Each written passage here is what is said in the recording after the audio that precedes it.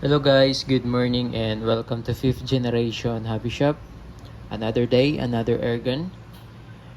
Shoutout po natin si Sir Joel. Sir, welcome to 5th generation hobby shop. So ngayon meron tayong unbox na unit. Ito ay isang Walther CP99 airgun pistol. Caliber 177 lead pellet CO2 powered non-blowback airgun pistol by Umarex. So ito po yung unit. May kasama na siyang hard case. Ayan, Umarex. This is Germany, made in Germany, licensed by Walther. Ito po yung model, Walther CP99 silver black. This is two-tone, 4.5mm or caliber .177 CO2 pistol, CO2 powered, 7.5 joules, 8 rounder. Ayan. So, ito po yung kanyang bala. So, ang ating gamit ngayon is the Gamo Magnum Energy 250 shots, 7.56 grains pointed.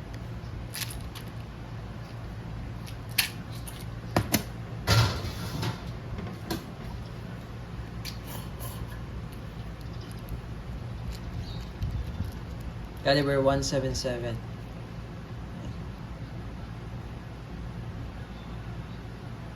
Lead pellets po yan. Tapos ito naman po yung CO2 cartridge 12G. CO2 cartridge 12G non-threaded na disposable cartridge. So itong isang cartridge na ito, good for 60 shots more or less. So kung gusto niyo namang mag-avail, yun, meron tayong mga available na CO2 CO2 cartridge. Ito yung kanyang manual, maintenance manual.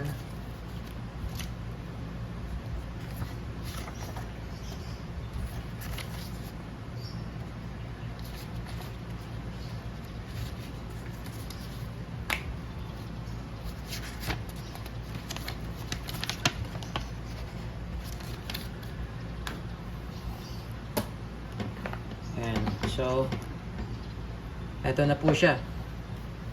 The Umarex CP99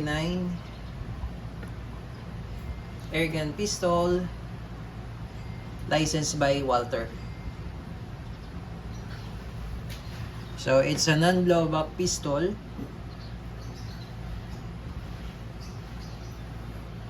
Silver slide, black frame, Walther markings, backstrap. So meron siyang extra backstrap. Then yung isa nakakabit. Then ito yung lock.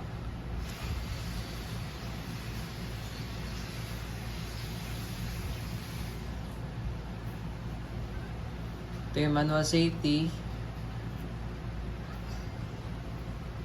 Ito yung decocker. Naka-fix yung sight niya sa rear, also sa front. Meron siyang Picatinny rail for flashlight. Made in Germany. Serial number. Ito naman po yung slide release. Ito yung mag release. Ito naman po yung magazine.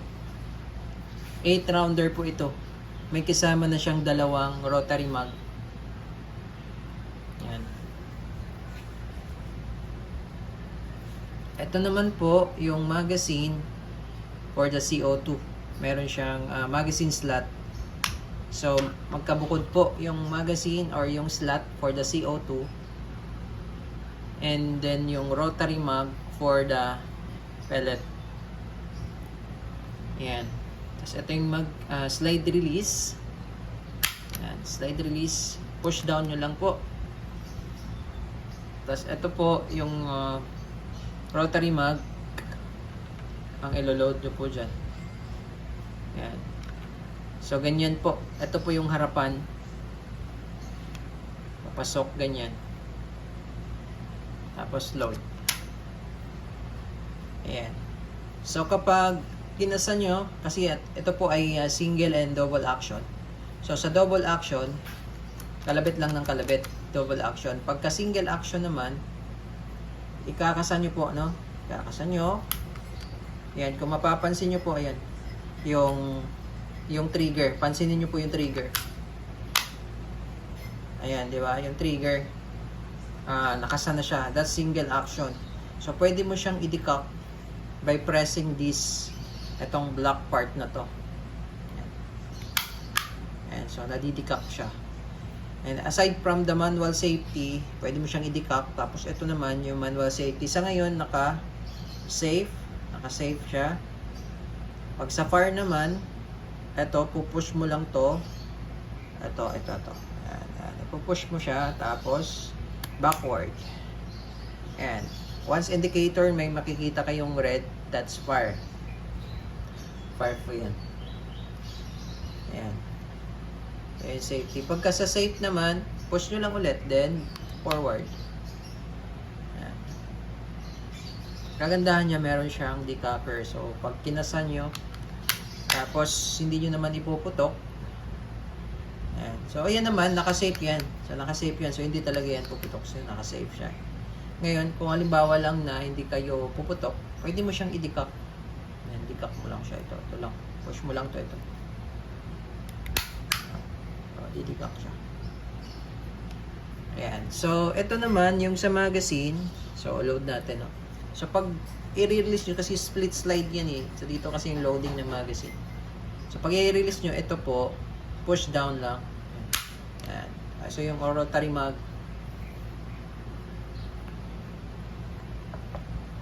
Pagka maglo-load kayo ng pellet, ito yung harapan. So, ito yung pellet natin.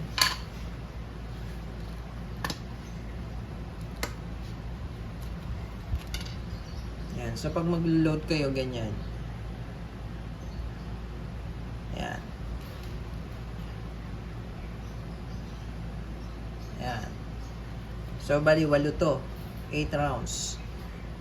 So, non-blowback siya. Ibig sabihin po, yung slide nito hindi gumagalaw. Kumbaga, walang recoil.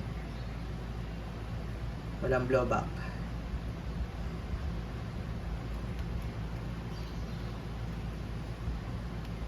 Etong magazine niya, alloy siya, alloy. Metal alloy. Yung iba kasi plastic lang. Yung pinaka-rotary mag, plastic. Pero ito maganda kasi alloy na siya.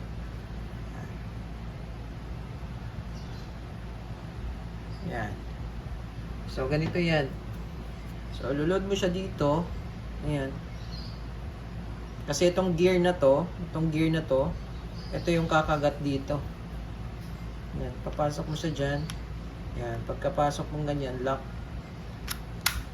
Yan. Balik mo lang yung slide. Yan. Lagyan natin itong isa pa.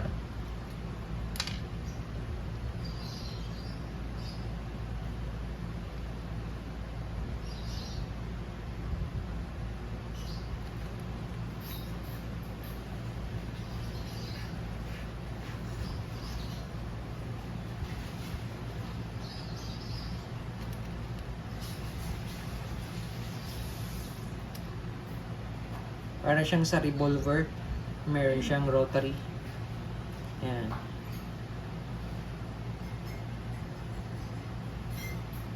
Okay. And then, sa paglo-load naman po ng CO2 cartridge, walan tayo ng oil.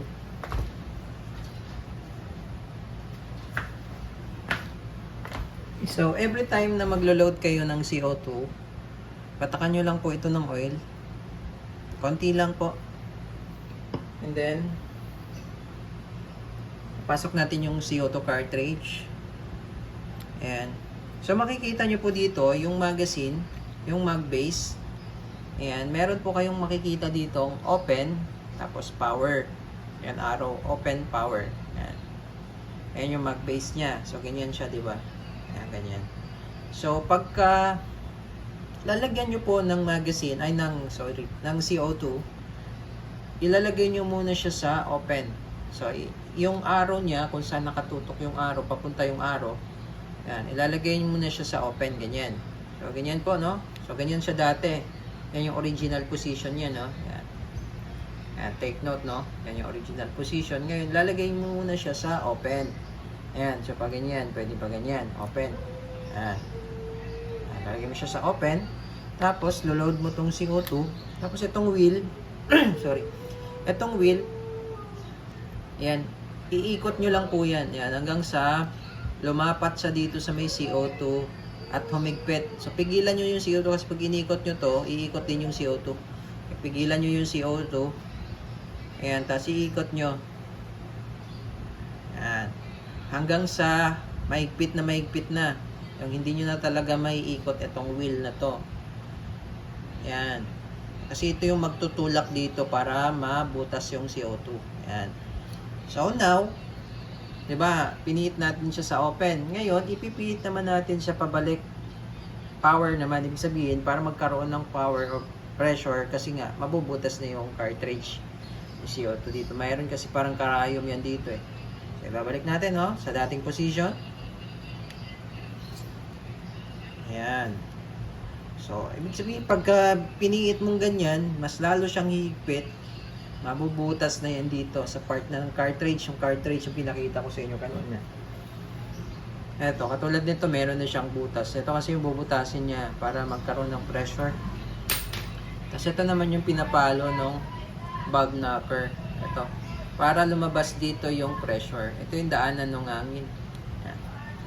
Ang kagandahan na itong CP99 kasi pag nagkaroon ng leak, ito lang ang ito troubleshoot. Itong magazine lang kasi nakahiwalay, no? Nakahiwalay din yung sa pellets. Yung sa meron tayong unit yung sa MNP 45M 2.0. Yung CO2 naman noon dito sa may likod, sa may grip. So pagka nagkaroon ng leak, babaklasin mo talaga yung buong unit para mailabas mo yung valve. Etong kagandahan na to, ito lang yung valve, oh. Ito yung nakikita niyo po ito. Ayan. Yan lang po yung valve niyan. Itong assembly na to. Yan lang po yung valve. So, madali siyang i-troubleshoot. Yun yung kagandahan nitong CP99. Yan. Okay? So, ngayon magte-test out tayo. Yan, load. Ito pala yung mag-release niya, no? Unique yung mag-release niya. Ito yung mag-release niya. O, yan. Test out tayo. Yan. Okay, so lagay lang muna natin sa fire. Yan. So, testing natin yung single action and yung double action naman. Okay, so double action muna tayo and then mamaya testing naman natin yung single action. So sa double action, direkta kalabit lang po sa trigger. Hindi nyo na ako kailangang isasa. Fairing.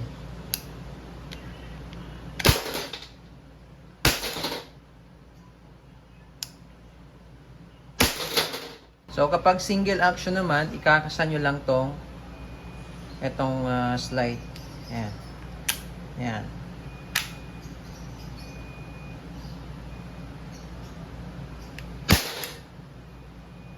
Yun yung single action. So, single and double action po ito eh.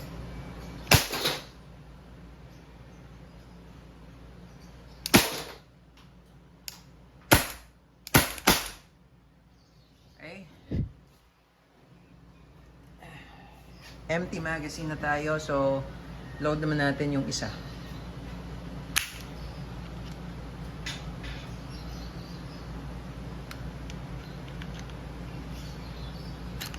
So, pwede siyang dire-diretsong ubusin mo yung 8. Parang ganito.